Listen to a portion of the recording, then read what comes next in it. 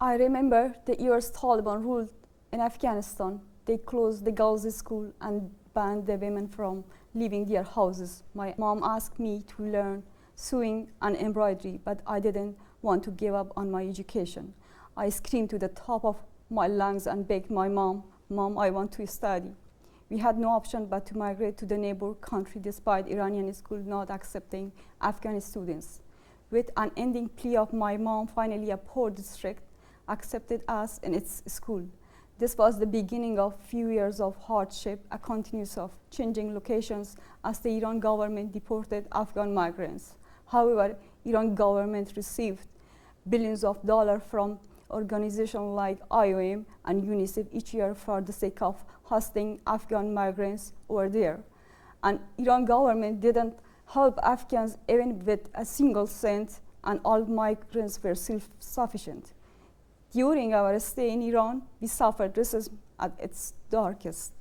Finally, after a few years of our migration to Iran, the NATO countries, under the leadership of US Army, they came to save the Afghan lives from the terrorism grip. For us Afghans, that year watched the coalition forces entered our country to destroy terrorists was the best year. And Bush administration was our hero, and we watched him for hours on our TVs. We didn't look at the military planes, but at our peace eagles. We didn't watch the US and NATO soldiers, but at our heroes. My family returned to Afghanistan with peace finally arriving. The school for girls became open. Millions of girls returned to school. Most of school didn't have enough classrooms and buildings, and the USA provided us book, pen, and blackboard. Still, all girls were happy to study under the blazing sun, sat on the US-funded carpet, as long as we could study and have peace. Despite the criticism, I became the first girl in Herat engineering faculty in the male-dominated of engineering field. I endured the harshest operation at the hand of conservatives who thought for an Afghan girl to become an engineer is sin. I suffered the cruelest climate of operation in the hand of conservatives. I endured this only because I became an inspiration for the many Afghan female students, and so many girls later followed my footsteps. And each year it became easier and easier for the next classes as it was being accepted widely later, and the new environment changed the mentality of so many people. I never gave up on my education, and I wanted to continue my education in USA.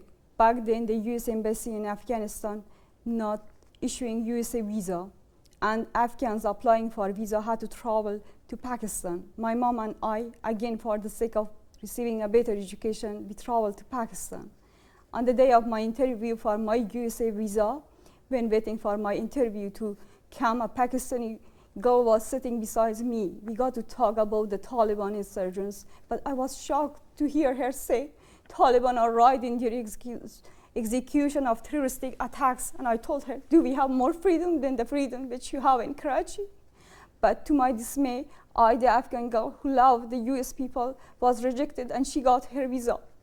On the way back, as two women wearing no burqa in the soil of Pakistan, I remember we had to walk through more than thousands of Taliban. It was the weeks after Taliban had assassinated Benazir Bhutto, the Pakistani leader nicknamed as the Taliban mother.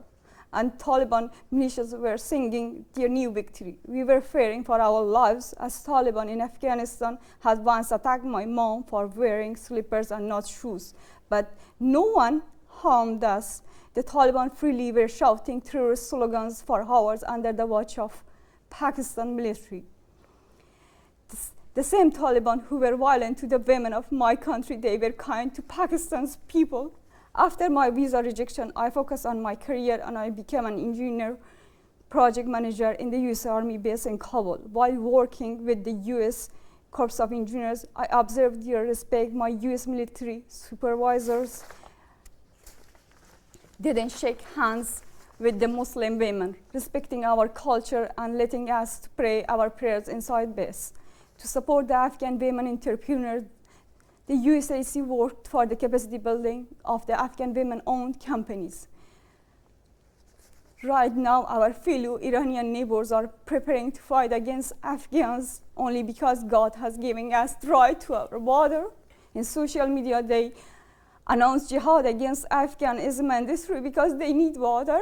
This is fight with the innocent and the oppressed. Your fight is against God, not us Afghans. You are fighting for water when we are crying blood for the honor of our girls and for the lives of our lost soldiers.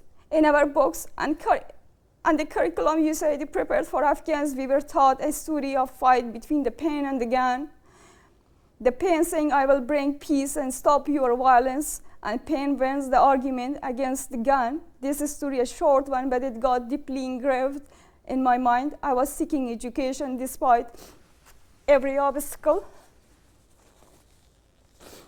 thinking the pen side will win, but I didn't know one day will come and in the peace talks the world will side with the gun. If I knew gun is the chosen side, as an Afghan girl seemed like Kurdish allies of the United States of America, like the females in Erbil, I too would have demanded gun to fight along the US soldiers with the Taliban. I want to conclude my words. I wish for the NATO leaders, for the US leaders to hear the Afghan plea. Without kindness and compassion, no humanity will remain, and we Afghans need the words kindness. NATO and coalition forces conquered Afghanistan in few days during the time of Taliban. Now that these monsters are out of their holes, we can defeat them overnight if the world will help us and everyone come together before they will spread more terror in the region and in the world. به نام خدا